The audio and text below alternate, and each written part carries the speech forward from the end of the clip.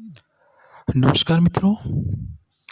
आज चिंतन में एक सद्ग्रस्त साधक, एक युग ऋषि का 80 वर्ष जिया गया तपापूत जीवन, आयुष्य का पल पल ऐसा जो मानव मात्र की पीड़ा को मन में रखकर उन्हीं के निमित्त जिया गया।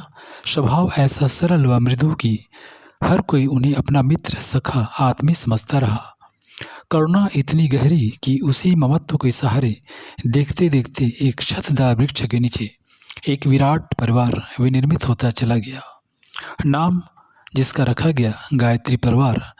लाखों व्यक्तियों के हृदय के सम्राट गायत्री परिवार, युग निर्माण योजना के संस्थापक, अधिष्ठाता परम पूज्य गुरुदेव का जीवन वृत्त जब हम देखते हैं तो पाते हैं कि एक बहुआयामी हिमालय समान ऊंचाई वाला अलौकिक सिद्धियों से भरा जीवन उनके द्वारा जिया गया, किंतु दृश्य रूप में वह अति साधारण जान पड़ता है।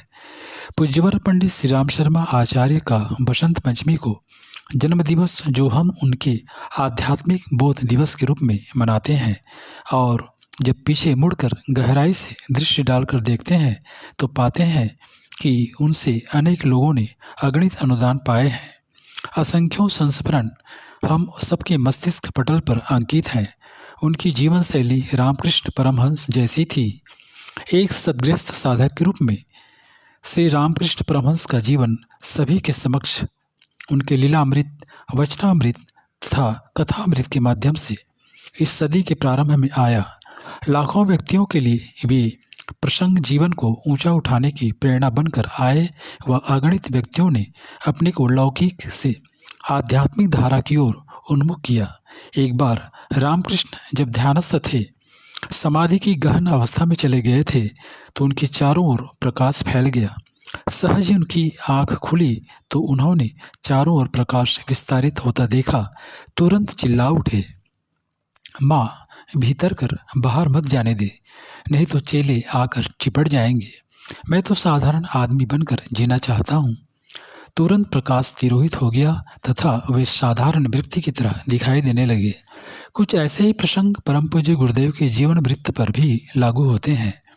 अनेकों व्यक्तियों ने उनके भिन्न भिन्न रूपों में दर्शन किए हैं तथा अपनी अनुभूति का संसार विनिर्मित किया। स्वयं वे कभी भी नहीं चाहते थे कि लोग उन्हें उस रूप में जाने या उसका प्रचार करें, नहीं तो वही होता जो किसी चमत्कारी सिद्ध पुरुष के साथ होता है या होता आया है।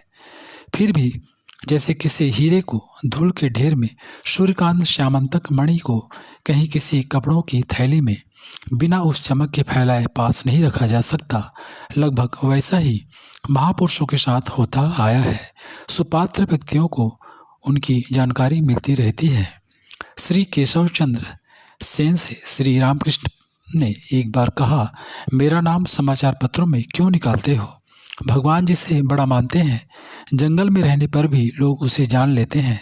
घने जंगल में फूल खिला है, भौरा उसका पता लगा ही लेता है, पर दूसरी मक्खियाँ तो पता तक नहीं पाती।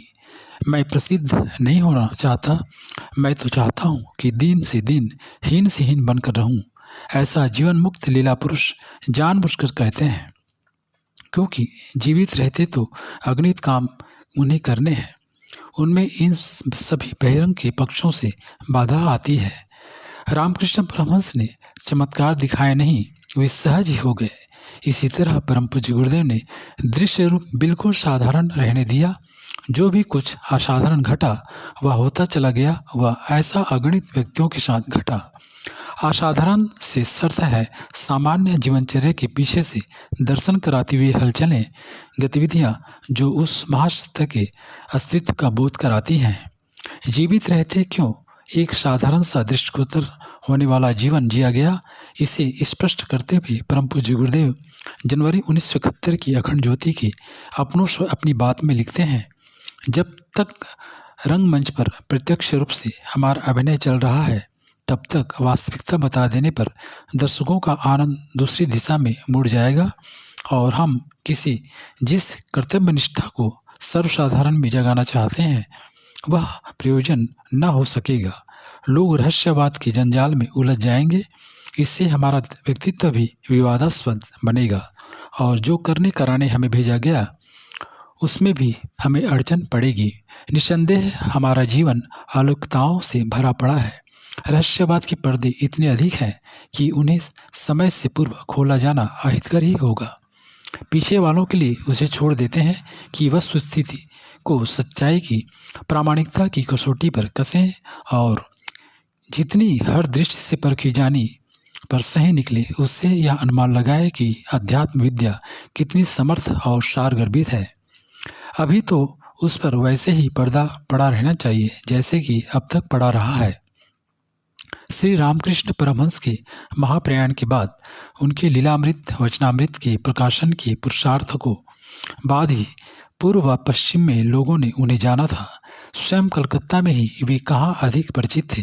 न ही वे चाहते थे कि जब उनके जीवन के महत्वपूर्ण प्रसंग जन जन के समक्ष आने लगे तो दक्षिणेश्वर लाखों व्यक्तियों की प्रेरणा बन गया। एक विराट स्तर का बाउंडर उठा व उसमें से सन्यासियों की टोली निकली, जिसके रत्न के रूप में स्वामी विवेकानंद प्रकट हुए। वे ही अंततः अपने गुरु की वाणी को जन जन तक पहुंचाने में सफल हुए।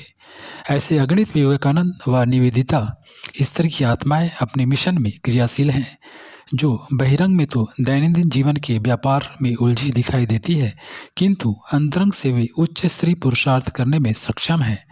उन्हें झकझोरना व देव संस्कृति को विश्वव्यापी बना देना अब तक हम सबका कर्तव्य बन जाता है। स्वामी विवेकानंद ने एक बार कहा था कि मैं निराकार वाणी बनना चाहता हूँ। I want to be a voice without form. यह बिना किसी हिचक से कहा जा सकता है कि वे बने तथा 20वीं सदी के पूर्वार्ध से लेकर 21वीं सदी में कदम रखने जा रही पीढ़ी के आदर्श हैं।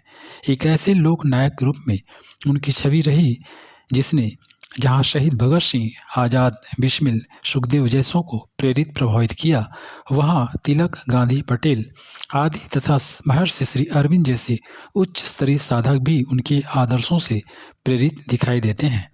परम पूज्य गुरुदेव का पुरुषार्थ जो 1911 से 1990 तक की अवधि के 80 वर्षों में संपन्न हुआ, अपनी विचार संपदा के रूप में जो कुछ निधि हमें उत्तराधिकार में दे गया है, उसकी तुलना तो किसी से नहीं की जा सकती।